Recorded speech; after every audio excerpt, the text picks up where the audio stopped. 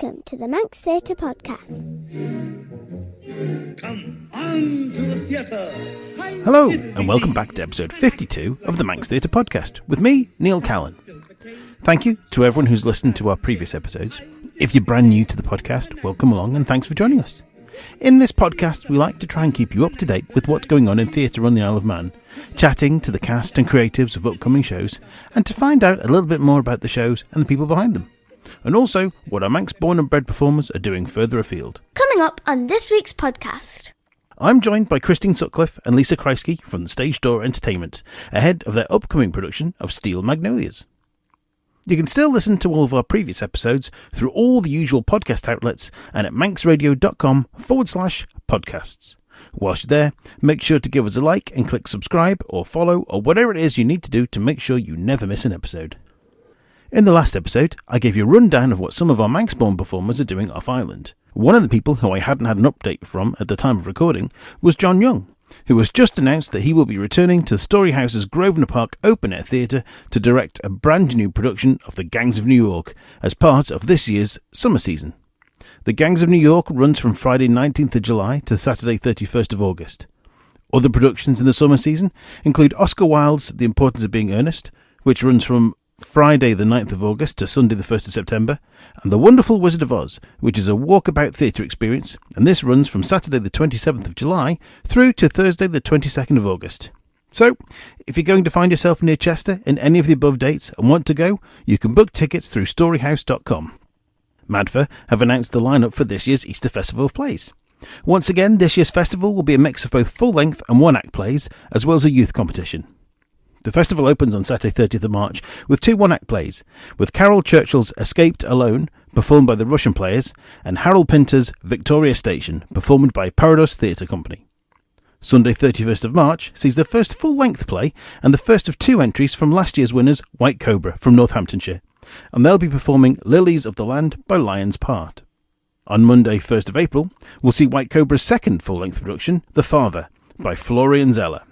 On Tuesday 2nd of April, it's back to the one acts, and Russian Players' second entry, 2, by Jim Cartwright, followed by the first youth entry of Maria McConville's Viral, performed by Platform Theatre School. Wednesday 3rd of April sees the final full-length play with a production of 1984 by George Orwell, from the Wellington Theatre Company. The festival then finishes on Thursday 4th of April with the final two one-act performances, both from the Service Players, who will be presenting Babysitting Calvin by John H. Newmeyer and The Dumb Waiter by Harold Pinter. Now, a few weeks ago, it saw the North West District 2 NODA Awards and saw a large contingent from the DCU, Manx Ops and Centre Stage travel to Blackpool with the hope of bringing home a few awards. And bring them home they did. The Manx Operatic Society came away with one award for Annie Get Your Gun, and that was the Best Leading Female Character in a Musical, for Kate Callie's performance as Annie Oakley. The Douglas Choral Union came away with 4 awards for Young Frankenstein, with Tony Eccles winning Best Leading Male in a Musical, and today's guest, Lisa Kreisky, winning Best Supporting Female Character in a Musical. They also won Best Programme, Peacock Class, and Best Staging. Centre Stage came away with 2 awards for their production of Elf the Musical, with Brisha Krukel and Molly Bowman winning Best Choreography for a Musical, and former Secretary Jem Last for contributions to amateur theatre.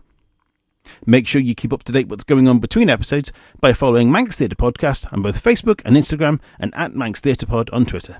Right, down to business. I'm joined in the studio today by Kristene Sutcliffe and Lisa Kreisky from Stage Door Entertainment, ahead of their upcoming production of Steel Magnolias. Ladies, welcome back to the podcast. What must be, the 5th, 6th time now? At least the 75th. Yeah, something like that. You're definitely up there with the most visited guests on the podcast. Well, thank you very much. We're so proud. So, we're here today to talk about Steel Magnolias, your upcoming production. Mm-hmm. Tell us all about it. It is a play that we are performing at Ballakermeen Studio Theatre from the 14th to the 17th of March. Mm-hmm. And it is a cast of 6 amazing women, and it's very much a story of female empowerment and friendship and strong women getting each other through heartbreak, adversity, with the most extraordinary amount of humour. It's got absolutely everything. It's got humour, it's got heartbreak, it's got like proper belly laughs, but I think the overriding theme is this theme of support and friendship between these women. which is just amazing to watch, especially during rehearsals. Yeah. And I guess most people will know it from the 1989 Correct. film the most, but the play came first. So rather than this being a play of the film, the film came after the play, and the film kind of expands on the story a bit, doesn't it? Well, exactly. The play is the stage play was I think came out originally in 1987, and the screenplay then came out 2 years later, as you say. But for the stage play, it's just a cast of six women. For the screenplay, they added the male characters in. So actually, in the stage play, you hear about the men, but you never see them. Yes. There's no supporting actors. Yes, yeah. You hear about Drum and all his escapades and the boys and shooting the birds and things like that, but yeah, you never see them, do you? No. So we have quite a responsibility, because obviously we have to develop our own characters and the relationships between us, but we have to invent and tell everyone about our whole town and the people who live with us and the people who we see in the wider community and our relationships with those people too. And especially with Chrissy's character, actually, because Chrissy's character doesn't come in until maybe sort of 2/3 of the way through the first scene, but we hear so much about her. So you almost have an idea of the characters, but of her character. I can't help being a legend, darling. You really are, babe. Like, it's amazing. So it's nice because you hear all about Weezer, but then when she comes in, you think, yes, there she is. Bit of a busybody. Battle axe, I prefer, actually. Yeah. I don't know how we thought to cast her. I mean, it's been tricky being sort of grumpy and sarcastic and a bit miserable. Been a real stretch for her. But it really has. It's such a stretch. Yeah. Lovable, though. Very lovable. And just she knows what she is and she celebrates it. Yeah. And we love her for that. And Me or Weezer? Both. Yeah. life imitates art. Yeah. Always. And there are six really good sort of strong female characters, aren't they? And they're all quite different in their own ways as well, aren't they? Yeah, we've been very fortunate that we've approached these women to play these parts, and each of them has just what I didn't want as a director is to have carbon copies of the film. Yeah, that's not fun as an actor. It's not fun to be a blueprint of something that's come before. Yeah, and I'm so proud and so appreciative that these six women, these six amazing actresses, have taken the script and completely made it their own, made the characters their own. I think that's really difficult to do with such an iconic performance. How Gráinne Deochan has taken the character that was made famous by Dolly Parton and completely made it her own. And she is unbelievable, just as they all are. And I'm really impressed by how much they've made it their own. I mean, in that original film, though, you've got Sally Field, Julia Roberts, Dolly Parton, as you said, Daryl Hannah, Olympia Dukakis, and Shirley MacLaine. I mean, there's some absolute legends there. Some big there? shoes to fill. There were some seriously big shoes to fill. Yeah. So in the cast, then, you just mentioned we've got Gráinne Deochan playing Truvy, which was the role played by Dolly Parton. We've got Emma Callin, my wonderful wife. She's lovely. Thank you for lending her to us. Anytime. And she's playing Malin, which was played by Sally Field. Beth Thomas is Malin's daughter Shelby, that was played by Julia Roberts. There's Bryony Grant playing Annelle, who was played by Daryl Hannah. Rachel Braidwood is playing Clary, played by Olympia Dukakis. And Chrissy, as we said before, is playing Weezer Boudreau, who was played by Shirley MacLaine. That's right, yeah. What's happening is, like Lisa's already said, we're sort of discovering these own characters, but it's really, really nice because between Emma and Beth, the mother and daughter character, there is really lovely chemistry starting. Yeah. Really, really lovely chemistry. And we're getting close now, but so it's evolving and developing all the time. And then, so because some of us knew each other quite well. Yeah. And others of us didn't know each other quite as well. So it's been nice within the sort of six of us, seven with obviously our lovely director, but to kind of see those relationships developing, and they're real life relationships developing, but also then it's breathing life into the relationships on the stage. Something that I was really passionate about when Chrissy and I talked about doing this show is that the six women and me as the director, obviously it's an all female company. Yeah. that we should socialise and do social things outside rehearsals so that the bond can be genuine. Yeah. It's been really tricky. We've had to drink wine together and eat dinner. It's Eat been cake. really hard. It's been a real stretch. Yeah. But no, it's been fantastic. It's been great fun. And we've been rehearsing at my house as well, Yes. which is, I think, has added that little bit of sort of intimacy, and we all stand there for half an hour and have a catch up first before we get down to business. But Don't tell him that. He'll think I'm skiving off. Oh, she is a little bit. She loves it. She loves coming there. Yeah. But what I will say is that actually I did this play in my third year at drama school when I was at Mount View. Yeah, yeah. And I remember just absolutely gasping to get to rehearsals because we had that time together and that chemistry, and we had a female director. And I mean, it wasn't quite directed in the same way that I'm directing this now, because, we put our own little stage door spin on it. Yeah.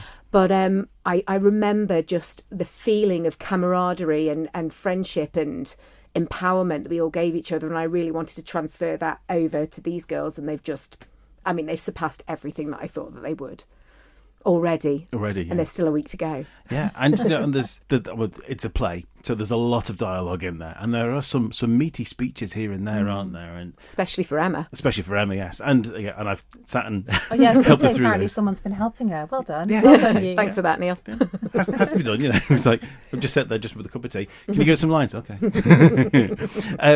But obviously as well, this is set in Chinkapin County. Fictional Chinkapin place Parish, Louisiana. In Louisiana, yes, which obviously Louisiana is a very real place in South America. So there's the accent as well that has to come into play as well. None of the, I mean, correct me if I'm wrong, Chrissy, but I don't feel like any of you have struggled with the accent at all. No. I think because it's so identifiable and so fun. Yeah. And, you can really it lends itself very well to the comedy of the script. Yeah. It's the most American, I think. as well, 100%. 'cause it's so thick. Yeah. And just it's set in the 1980s, so as much as you're saying yes, okay, it is a straight play, for want of a better word, the soundtrack that we've put with it is just phenomenal. Yeah. It's worth the ticket price alone because it's set in the 80s, so of course you've got all these amazing 80s tunes. It's going to be a trip down memory lane for anybody really. I mean, the 80s are back, aren't they? Oh yeah. So the fashions, the music, even the pop references. Yeah. You're going to be flying out of there on cloud nine. And some of the biggest movies from the 80s are all back with their sequels. And we've had Top Gun Maverick last year. We've got Ghostbusters is back again. And there's lots of other films like that they're on the way with a sequel 30 years later. I vote Breakfast Club number 2. Yeah. The Pensioners Club though now, wouldn't it? That's a good one. So you're doing this up at Ballakermeen Studio Theatre, but you're performing in the round.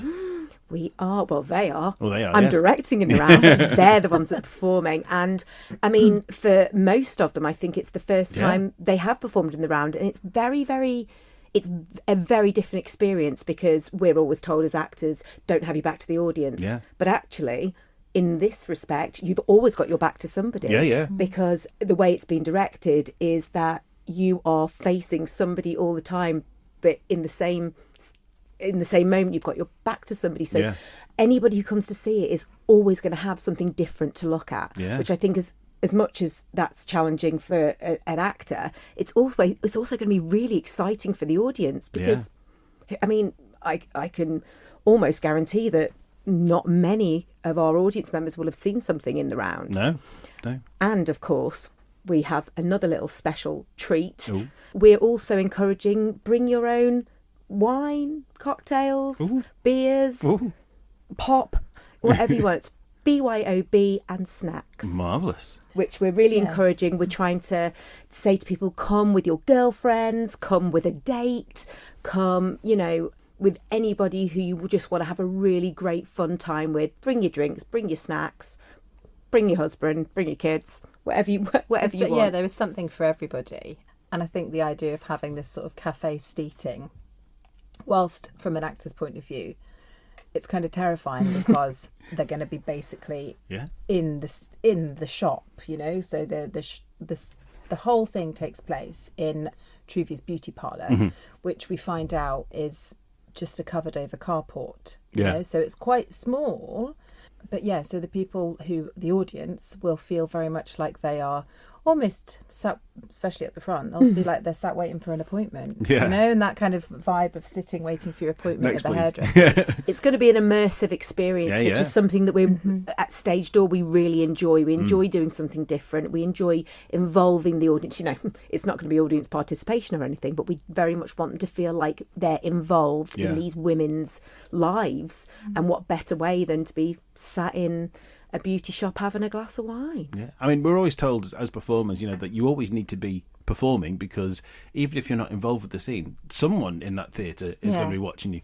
And I guess in this kind of instance, when you're all around the accident, there's always going to be someone that's looking Absolutely. at you. So There's nowhere to hide. Nowhere to hide. it's going to be on your A game the whole time. Oh well, bring They it on. always are. Well, of course they are. Of course they are.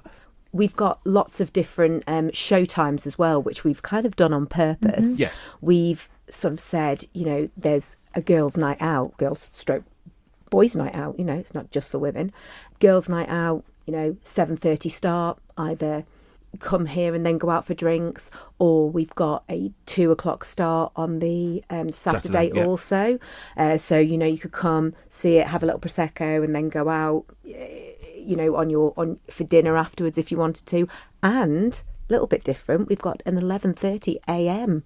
show on the Sunday, which is kind of like a Sunday brunch type vibe. So I just think the atmosphere is just going to be absolutely electric. It's going to be lots of people taking a trip down memory lane and just having a great old time. And enough time to get over the couple of glasses of wine you had the night before as well. Absolutely. Hair of the dog. I was going to say then about your brunch one. What was the idea behind that? Literally that, yeah. Sunday All right. brunch. Yeah, Sunday we like brunch. the idea of. So when we decided we were going to do it in the round, we decided that we wanted to make it sort of like cafe style seating, and then it was like, well, actually, should we have it around sort of maybe kind of meal times? Should we encourage people to bring their drinks and their snacks? And then we thought, well, why don't we do a brunch one? And we've been rehearsing on a Sunday morning. Yeah. And when you were talking before about being excited to go to rehearsals, even though it's a Sunday morning, there hasn't been one time where I've thought, oh, I'm not really up for this, because it's glorious. It's such good fun being with the girls, but also we're telling these amazing stories. So the brunch one came perhaps out of that a little bit as well, from all being together on a Sunday morning. And it also means that we'll be curtained down by 2:00 on the last show, and then we can all go out and have a lovely late lunch afterwards. Or go and see the matinee of Oliver. Or go and see the matinee of Oliver. Oh no, I think we'll be a little bit late for that. We'll go. All right. We'll go and watch that during the week. Yeah. Afterwards. Yes. Yeah. Once you've relaxed and recovered. Yeah. Yeah. Okay.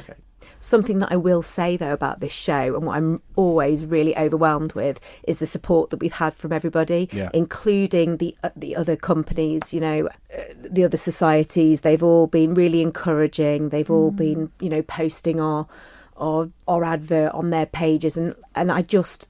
It's so overwhelming and touching when companies, especially Manx companies over here, join together and support each other. Yeah. Because we're always supporting anything over here.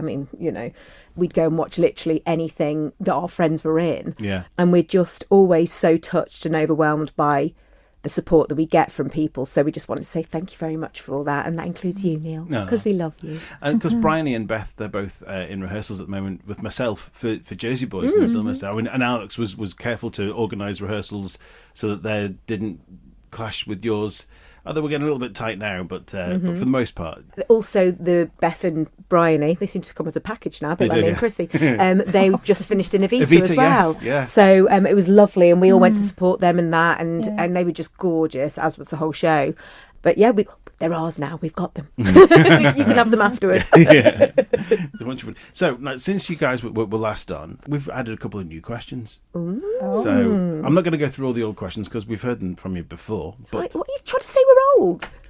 Really? No. Boring, darling. Boring. Old and boring. Brilliant. Thanks, Neil. You be old, I'll be boring. well, your first show hasn't changed. No. That's true. And how you got started hasn't changed either. So, No.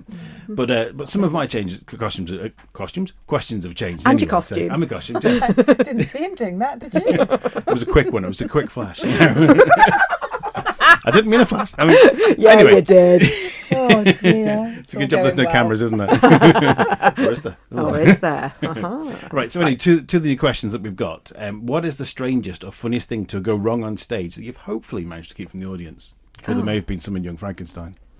No, the funniest one in Young Frankenstein was during rehearsals where I was doing my big number and I put my foot through in front of the whole tech crew, put my foot through the chair. But that wasn't on stage. On stage, when I was doing a play with Carl Parker, I was doing Educating Rita. Right. And in the second half, he had to get steadily more drunk as the show went on.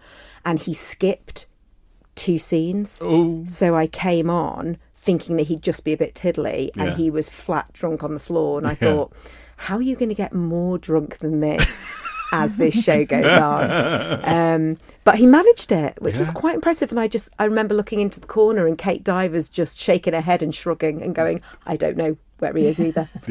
But me and Carl worked so well together, it didn't really matter. We just laughed about it. Yeah, I did a play with the service play. It was a 1-act play with Helen McKenna, who is helping you out as well. She is our backstage crew. Excellent. Just there. And so this play was called Is the Seat Taken? And it was a couple who were trying to spice up their marriage with a bit of role play, and it kept going wrong. So we kept restarting it. So you'd kind of come in and you sort of, is the seat taken? You start the conversation, it would kind of fall apart, and you go back and you start again with, is the seat taken? And you're running through the same sort of process 3, 4, 5 times. And I'm sat there, a couple of times in rehearsals, Helen jumped through to the wrong one. So we were sat there on stage doing it one night, and she said that the line, and I thought, hang on, she just jumped 18 pages to the next one, and I'm sat there sort of furiously in my mind trying to flip her through the good one. Oh no, hang on, she's got the right one. We're okay, we can carry on. But fortunately, it was just one of those things where I had a little bit of my actual character it was written that was in the script. So for what felt like about 15 seconds of me panicking was actually only about it feels 3 like beats. It feels like 3 weeks, doesn't it? That exact same thing happened to me with Chris Kane. Yeah. About 75,000 times, where he just jumps all over the script, and you think, do you know what? Just do what you want. There's a great story about him in a service players play where he was playing some kind of burglar and had to climb in along a ledge at the back, and he was doing it, and then realised he was 2 scenes too early and went back out again. That might be what I'm talking about. Probably, yeah. If that's When Did You Last See Your Trousers, that was the one. Probably, yes. Great show. Christy, have you got any? Oh, well, there are probably loads, but the only one I can think of at the moment is I did Winterfest with my lovely little vocal ensemble choir. And Winterfest, you have a lot of people come together in a very short amount of time and pull off something really beautiful, and massive respect for Dave for organising all of that, Dave Kilgallen. But we had some of the chaps from Elf as well. They did a bit of Elf, and then there was my choir singing this really lovely thing with the big finale piece with everybody singing, and they hadn't quite realised, some of the chaps from Elf, namely Jeff Pugh and Chris Kane, dressed as Santa. Yeah. As why wouldn't you? So I'm there ready to start this enormous piece with the whole band and my ensemble, and I look. And Chris Kane and Jeff are both there. With all the kids. Not yet, beautiful, sort of teenage girls. Yeah. And then those two. And I was like, okay. And I looked at them, and Jeff looked at me, and Jeff kind of got it, I think, and he went off. And Chris watched him go, and I thought, oh, right, okay. So Chris was staying, obviously. Right. And I started, and as the music started, he obviously realised it was the wrong thing. Yeah. And he's sidling off, sidestepping. So Santa's sidestepping off. And at the end, then they came on and afterwards I said to him, what were you doing, boys? And Jeff was like, oh yeah, we realised. And I was like, but Chris, why did you stay on? And he said, well, I assumed Jeff had gone to get the others. That is a real Chris Kane moment. I was like, oh, but it was Jeff. That's the most recent hilarious moment I can think of. But there's always something in every show that it's usually me falling over, isn't it? It's quite often you. It's quite often me. I've fallen over a lot on stage. Yeah, a lot. Yeah. Once during an audio recording, and I won't do it on your lovely microphones, but all you can hear is me. I know that it was when I did a high kick, and my supporting leg just went up too, and I just went. It just fell on my back, and Liam Bean was just I turned around and he was just laughing at me. Which show was that? Anything Goes. Anything Goes, of course, yes. Him and Joe Hillard and Matt Maney just literally just shaking with laughter. That was meant to be being sexy. It wasn't very sexy. Yeah. Not so much. I know. She tries. Yeah. So between the three of us, we've got quite a lot of those. We could be here all day. Yeah. Oh, yeah. Okay, the other question then that's a new one is there a new show with a part that you'd love to play, but you can't because you're too old? I know. Never. Yeah, loads. Mine's always been Blood Brothers. I've always wanted to play Linda, but I'm too old to play her now. I'll have to be one of the old crones. A new show. Yeah. So think about Heathers and, well, there's Matilda and Mean Girls and everybody's talking about Jamie. But we're not too old to play that part because she's a woman and she's a mum. Yeah, the mum one. Yeah, we could play that. Yeah, but are you too old to play Jamie? Probably. Well, and a bit too, you know, a woman. to a woman, and his classmates. and not a teenager. Yeah. But I would like to play. I'm not too old, but I am too much a girl. I'd like to play the King in Hamilton. Yes, you'd be so good at that. It's just that would be my go-to. But, can we be too female rather than too old? Yeah. I would like to play. Oh, sorry, it's Blood Brothers again because it's my favourite. But Mickey, I'd love to play Mickey. Too old again. I'm too female. I know. I'd love to play the narrator in Blood Brothers. Yes. Oh, so you can be female to do that though. There you go. Yeah. I could do that instead. Yeah. Okay. Yeah, Somebody do Blood Brothers then. Yeah, we'll do Blood Brothers. Yeah. Next year. Yeah. I don't think anybody can afford the rights, can they? Okay, what we'll do then, we'll go back to our Spotify playlist. So, as regular listeners to the podcast will know, back in 2020, after the first lockdown, we created this musical theatre playlist to be the ultimate theatre playlist. And Neil King and myself, we added 10 songs each to the playlist just to get it started because no one wants to listen to a playlist of 2 songs. It's the shortest playlist ever. So every guest that's come onto the podcast since then has added a song onto the list. Some people have been fortunate enough to add a second. So these are songs that are something that they're either songs that we've performed in shows, they're songs that we love, songs from shows that we've been in, or songs that mean something special to us. So some of the songs that we've had include... Now, Emma chose the overture from West Side Story because she knew she wanted a song from West Side Story but couldn't decide which one. And West Side Story is a proper old school overture that plays a little bit of every song from the show. So she thought, that's the perfect one. It covers them all. Let's see who else. I'm pretty sure we've got Bryony on here. She chose Quiet from 13 Stories Down. Oh, Gronya's there. Yes, where's Gronya? El Tango de Roxanne from Moulin Rouge. Yes. Who else have we got? We haven't had Rachel on yet. Chrissy, you chose, first time round, you chose I Am What I Am from La Cage aux Folles. Oh, lovely. I love that song. And Lisa, you chose Marilyn Monroe from Blood Brothers. Shocker. So pretty. Tell us something. I know. I'm obsessed with that musical. I have been ever since. I used to sing, do my mum a concert in the car, going to dancing. Oh, bless. When I was a Christine Wilde girl. They wouldn't let me in there now. Too rubbish. Did you have old. Too old. Did you have that on tape or CD? Pardon? Oh, it would have been tape. Tape, yeah. Yeah. No. Yes. Yeah. Played so much you almost wore it out. Yeah.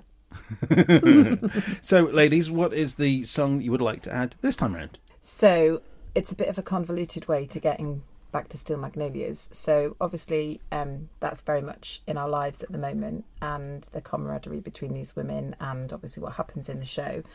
Dolly Parton is the face of Truvy in the film. So we wanted to use one of her songs. So we've gone to The Bodyguard and I Will Always Love You. Wonderful. So we've crowbarred it in there. Literally with a shoehorn. Tenuous, but we'll go with it. Yeah. We'll go with it. Plus We love a bit Next of time Dolly. we're here, we'll be like, why did we put that on? We never question ourselves, Chrissy. I don't know what you're talking about. I'll just put on a little. I'll put a little note on the spreadsheet that just says Steel Magnolias, just so you know. Thank you. Okay. Yeah, Just so it's good. not too random. Why did we choose Dolly Parton? Right, ladies. So, Steel Magnolias is playing at the Ballakermeen Studio Theatre from the 14th to the 17th of March. You've got nightly performances Thursday to Saturday at 7:30 p.m, a 2 p.m. matinee on Saturday the 16th, and an 11:30 a.m. brunch performance on Sunday the 17th. If you've not done so already, make sure you get your tickets from thestudiotheatre.im and be quick about it. Tickets are £15 each, with a special offer of 2 for £25 for the brunch performance. Ladies, I wish you all the very, very best for Steel Magnolias, and I look forward to speaking to you again soon. Thanks, for having Neil. us. Thank you. You're listening to the Manx Theatre Podcast with Neil Callin. A couple of weeks ago, Tayloring Productions held their auditions for their summer production of We Will Rock You. The cast has now been announced, and we will see Casey Crane playing Galileo, Georgia Neal playing Scaramouche, Joey Wilde playing Brit, Michael Bonner playing Buddy, Matt James playing Khashoggi, Alice Quayle playing Oz, and Sarah Holland makes her stage return after about 10 or 12 years away, playing the Killer Queen. We Will Rock You runs at the Gaiety Theatre from the 1st to the 10th of August. Last weekend also saw the auditions for Centre Stage Productions' October production of School of Rock. Unfortunately, at the time of recording, the cast list has not been released yet, but I'll bring it to you as soon as it has. Well, with that, we'll bring episode 52 to a close. Thanks once again to Chrissy and Lisa for joining me on the podcast, and I wish them and everyone involved with Steel Magnolias all the very best for their run. In the next episode, I'll be chatting with Mark Doherty, Victoria McLaughlin and Jonathan Slight from the Manx Operatic Society about their upcoming production of Oliver. Don't forget to check out the Spotify playlist by searching for Manx Theatre Podcast, and that's all one word. There's almost 90 tracks on there now and over 6 hours of show tunes to satisfy your musical theatre needs. If you have any events that you'd like to talk about or promote in a future episode, you can contact me through our social media accounts or by email to manxtheatrepodcast@gmail.com. All that remains is to say thanks for listening, and I hope you join me again next time. I've been Neil Callin, and you've been listening to the Manx Theatre Podcast. Goodbye. The Manx Theatre Podcast, taking a look behind the scenes of Manx Theatre. And happier than actors alive for me.